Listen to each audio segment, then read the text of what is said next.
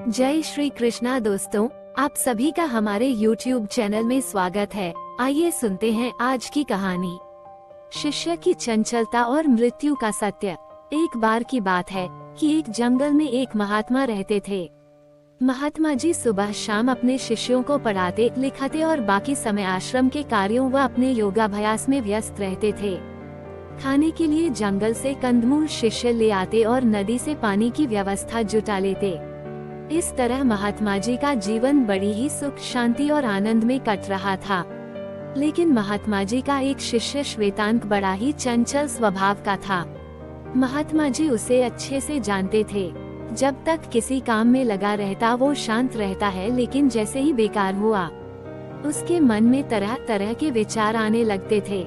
वो हमेशा भक्ति को छोड़कर आसक्ति के पीछे भागने के सपने संजोता रहता था। आखिर एक दिन उसने अपने मन की माया को महात्मा जी के आगे कही सुनाई। शिष्य बोला, गुरुजी, आप दिन भर यहाँ एक जगह बैठे रहते हैं, आपका मन कैसे लगा रहता है? चलिए एक दिन नगर घूम आए। वहाँ बड़े बड़े राजे महाराजे आपके शिष्य बनेंगे। बड़े बड़े महलों में प्रसाद ग्रहण करने को मिलेगा।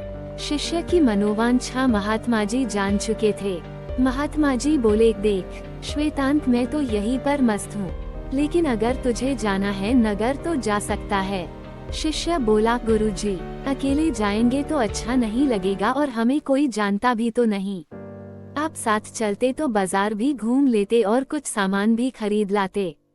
महात्मा जी बोले, मुझे तो फुर्सत नहीं श्वेतांक, तू जा घूम कर आ जाना। तुझे बाजार से जो चाहिए हो मेरा नाम लेकर बोल देना। श्वेतांक अकेला ही नगर को चल दिया। नगर में प्रवेश करते ही बड़ी बड़ी अट्टालिकाएं देखकर श्वेतांक अचंभे से उन्हें देखने लगा। सब कुछ अच्छे से देख कर वह आगे ही आगे बढ़ा जा रहा था। तभी उसकी दृष्टि मुस्कुराती हुई एक सुंदर युवती पर पड़ी।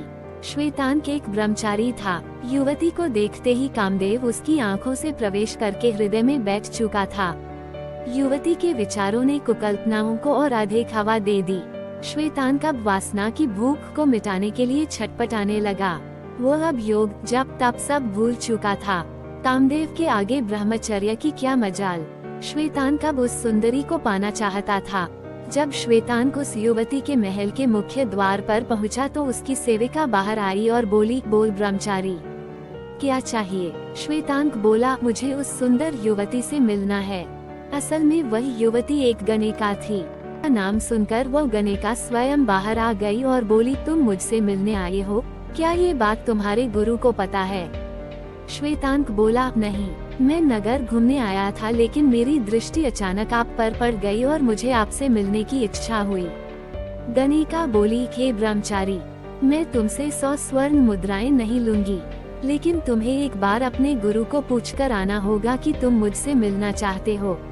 गणिका को हाँ कहकर श्वेतांक वहाँ से चल दिया। संध्या को जब श्वेतांक आश्रम पहुँचा तो गुरुजी उसका चेहरा देखकर ही सारा मांजरा समझ गए।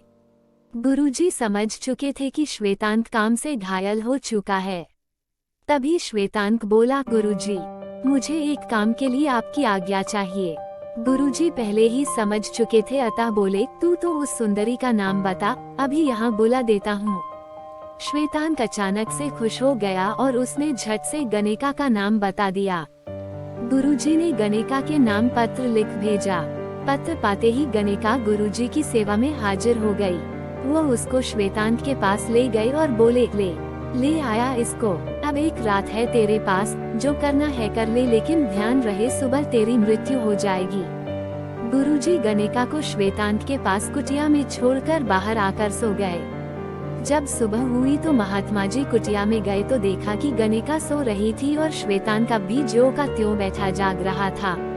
महात्मा जी ने पूछा, अरे श्वेतांक, यूं पत्थर की तरह क्यों बैठा है? तेरी बड़ी इच्छा थी ना?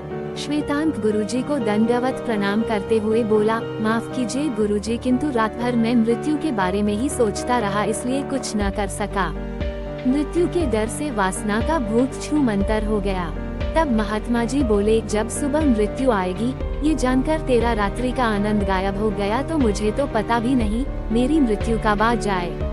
ऐसे में मैं सांसारिक भोगों के पीछे कैसे भाग सकता हूँ? इसलिए मैं अपना सारा समय योगाभ्यास में लगाता हूँ। शिष्य श्वेतांत को अब वास्तविकता समझ आ चुकी थी।